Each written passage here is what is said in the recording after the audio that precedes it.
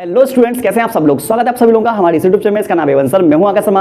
एक बार फिर आप लोगों के लिए इंपॉर्टेंट वीडियो लेकर आया हूं। और आज की वीडियो ये हमारे एक बच्चे ने हमसे एक डाउट पूछा था, उसके ऊपर डिपेंड है। बच्चे ने हमसे पूछा था कि सर हम पढ़ते बहुत हैं लेकिन हमारा को याद नहीं हो पाता है, या फिर हम इतना पढ़ते हैं आउटपुट हमारा उतना नहीं निकल पाता जितने घंटे हम पढ़ने बैठते हैं। हम पढ़ते बहुत हैं लेकिन हमसे क्वेश्चन सॉल्व नहीं हो पाते। हम पढ़ते बहुत हैं लेकिन हमारे दिमाग में फिर भी कुछ भी नहीं आगे दे रहा। आखिरकार मुझे क्या करना चाहिए? तो मैं आप लोगों को बता दूं, मैं आज कुछ ऐसी टेक्निक आप लोगों के लिए बताने वाला हूं, ऐसे सभी स्टूडेंट के लिए जो बहुत पढ़ते हैं और फिर भी उनके समझ में नहीं आता, उनके दिमाग में चीजें नहीं घुस पाती हैं, या क्वेश्चन सॉल्व नहीं कर पाते हैं, या दिमाग में मतलब की चीजें याद नहीं हो पाती हैं। तो इन सभी चीजों का सॉल्यूशन मैं इस वीडियो में देने वाला हूं। तो इसलिए इस वीडियो को हर एक वो बच्चा देखे जो किसी भी एग्जाम के प्रिपरेशन क्यों ना कर रहा सही, अगर वो याद करने में प्रॉब्लम है, लर्न करने में प्रॉब्लम है, कि चीजों को समझने में प्रॉब्लम आ रही है, तो इस वीडियो में वो सभी टेक्निक बताई जाएंगे जो आप लोगों के काम आ सकती हैं। जिसमें सबसे पहले नंबर की है ज्यादा से ज्यादा सेंस का यूज करना।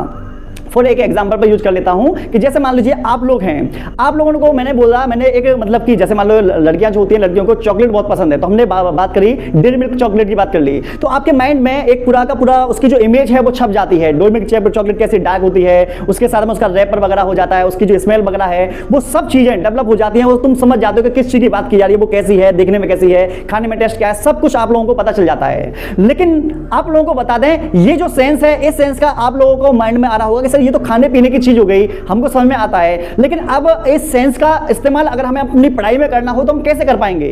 तो आपको देखो कुछ भी नहीं काम करना, इसका सबसे अच्छा आइडिया यही है कि आज मैंने आपको क्लास में ये ट्रिक अप्लाई करवाई भी थी। जैसे मान लीजिए कोई भी ऐसा नाम या ऐसी कोई भी चीज जो आपको समझ में नहीं आ रही है, ठीक है, अगर मान लो कोई नाम ऐसा है जो बहुत ही डिफिकल्ट है, तो उसको आपको करना क्या होगा और किस तरीके से आप लोगों को माइंड में वो सेव करना होगा, उसकी मैं ट्रिक आप लोगों को बता दे रहा हूं। आपको क्या काम करना है, जैसे कोई एक नाम ले लेते हैं, एक बड़ा सा नाम लेते हैं, ठीक है, जैसे हमने ले लिया प्रोपियोनिबैक्टीरियम शारमेनाई, एक पूरा नाम ले लिया प्रोपियोनिबैक्टीरियम शारमेनाई, ठीक है। तो आपको अगर ये नाम याद करना हो तो कैसे करोगे, क्योंकि इतना बड़ा नाम है, आपके दिमाग से निकल जाएगा। आज तुम रट्टा मान लो, कितना भी रट्टा मान लो, कल तक निकल जाएगा। तो आपको ये प्रोपियोनिबैक्टीरियम शारमेनाई जो है, इसको याद करने का बेस्ट टेक्निक क्या है, पहले प्रोपियोनिबैक्टीरियम शारमेनाई को कम से कम 5 बार बोलो।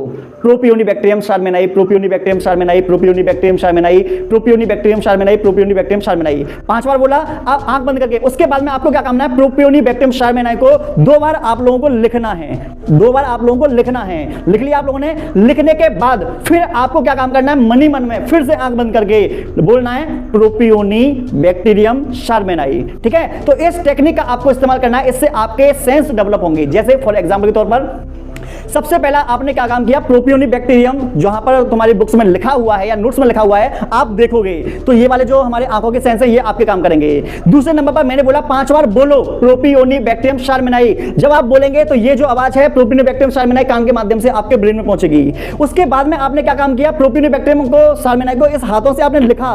तो आपको बता दें आपके कई सारे सेंस यहां पर काम करते हैं। जब आपके कई सारे सेंस काम करेंगे तो जो आपका बड़े से बड़ा शब्द क्यों ना सही, आप 101% उसको याद कर भी पाएंगे। और मैंने क्लास में पहली पलायना करके एक मैंने याद करवाया भी था। और आपको बता दें, अगर आपको यकीन ना हो और तो आपको एक काम करना है, अभी मेरे साथ करना है। मैं आपको एक नाम दे रहा हूं, एक नाम बोल रहा हूं, उस जैसे मान लो एक सिंपल सा नाम लेते हैं। मैंने आपके सामने बोला ऑर्कियोप्टेरिक्स। क्या बोला मैंने?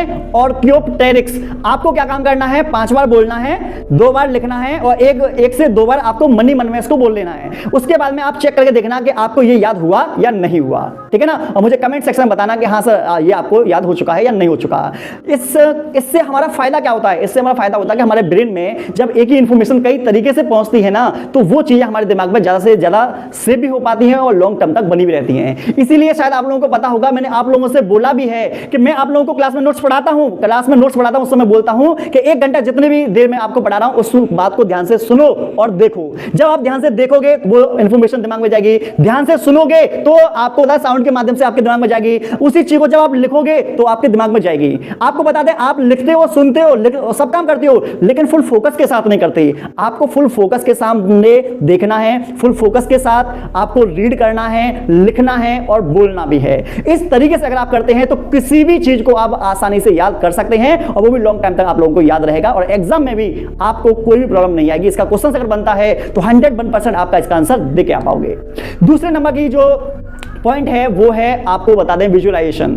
जैसा कि आप लोगों को पता होगा कि अगर हम लोगों को ये बोल दिया जाए, कोई थ्योरी है, लंबी सी थ्योरी है लंबी सी, अगर हमको बोल दिया जाए कि भाई ये थ्योरी आपको याद करनी है, ठीक है, तो आप लोग क्या काम करोगे, उसे रटोगे, उसे क्या करोगे, तुम रटोगे। तो रटने से अच्छा है कि जहां जहां पर तुमको ये लगता है कि जहां पर आप विजुअलाइजेशन के थ्रू मतलब स्टोरी के उसकी स्टोरी बना पाओ, कहीं ना कहीं लिंक कर पाओ, तो वो ज्यादा बेटर रहता है। जैसे मान लो एग्जांपल ले लेते हैं कि अगर आप लोगों को हम बता दें, एक मूवी आई है हाल फिलहाल में, अभी आई था पुष्पा मूवी, ठीक है, अगर हम पुष्पा मूवी की पूरी स्टोरी को आप लोगों को लिख कर दें और दूसरी तरफ विजुअलाइजेशन कराएं, तो कौन सी आपको अच्छी तरीके से याद रहेगी? तो सिंपल सी बात है, जो तुम देखोगे वो वाली विजुअलाइजेशन वाली आपको अच्छे से समझ में आएगी। तो उसी तरीके से मैं आप लोगों को बोलता भी हूं कि आपको क्या काम करना है, जो चीज मैं तुमको लिखाता हूं, ठीक है, जो मैंने थ्योरी लिखाई है उससे संबंधित मैं आप लोगों को वीडियो भी देता हूं। वीडियो में कब देता हूं? क्वेश्चन आंसर वाली वीडियो क्यों देता हूं? इसलिए देता हूं जिससे कि आप लोग विजुअलाइजेशन प्रोग्राम हो सके और ज्यादा से ज्यादा सेंस आप लोगों के डेवलप हो सके, ठीक है ना। तो ये विजुअलाइजेशन की जो प्रोसेस है ये काफी अच्छी मानी जाती है, तो आप सब लोगों को विजुअलाइजेशन भी करना चाहिए जिस टॉपिक को आप पढ़ रहे हो। जैसे मान लो एक एग्जाम्पल ले लेता हूं मैं, जैसे मान लीजिए आपके एग्जाम में अगर आ जाता है मेमल्स पर टिप्पणी कीजिए, मेमल्स पर, तो मेमल्स में हम सब लोग आए थे, स्तनधारी आ जाते हैं,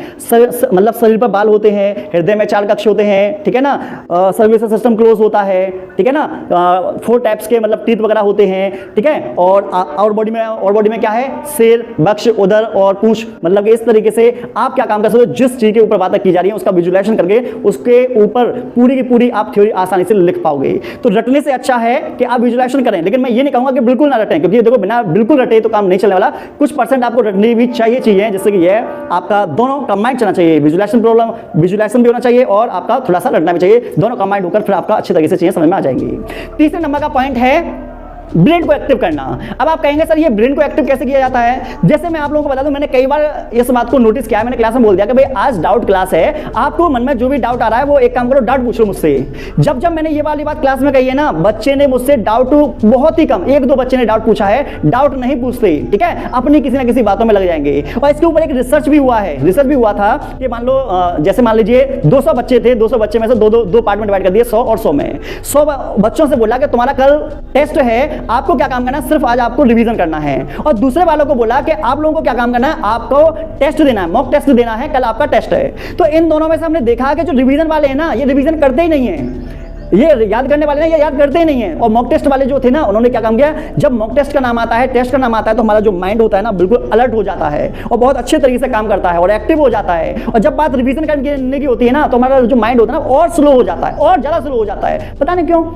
तो इस तरीके से आप लोग को समझ में आ गया होगा कि जो टेस्ट वाली प्रोसेस है ये काफी ज्यादा इफेक्टिव है। अगर आपको कभी भी लग रहा हो कि कोई चीज में मतलब कि माइंड आपका इनएक्टिव हो गया है या कोई चीज आपको समझ नहीं आ रही है, उस समय आप लोग टेस्ट देंगे। जब आप टेस्ट देंगे ना, तो आपको आपका जो माइंड है वो एक्टिव हो जाएगा और जो क्वेश्चन आंसर आप करना चाहते हो उनको आसानी से कर भी पाओगे।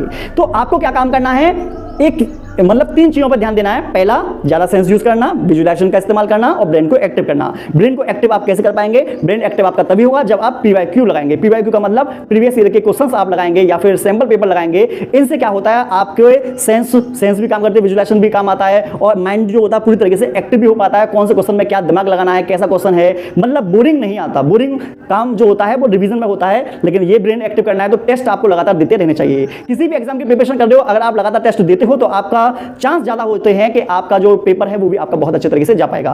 अगर आप सभी स्टूडेंट इन तीनों मेथड का इस्तेमाल करते हो तो 99% में आपको बता दूं, ये वाली बात अपनी तरफ से कंफर्म है कि आपका जो सिलेक्शन भी होगा, अच्छे तरीके से आप रिवाइज भी कर पाएंगे और आपका जो पेपर है वो भी बहुत अच्छा होगा। आप लोगों को वीडियो कैसे लगी कमेंट सेक्शन में बताइए और ऐसे इंटरेस्टिंग वीडियो देखने के लिए चैनल को सब्सक्राइब करना बिल्कुल ना भूलें। मिलते हैं नेक्स्ट वीडियो में।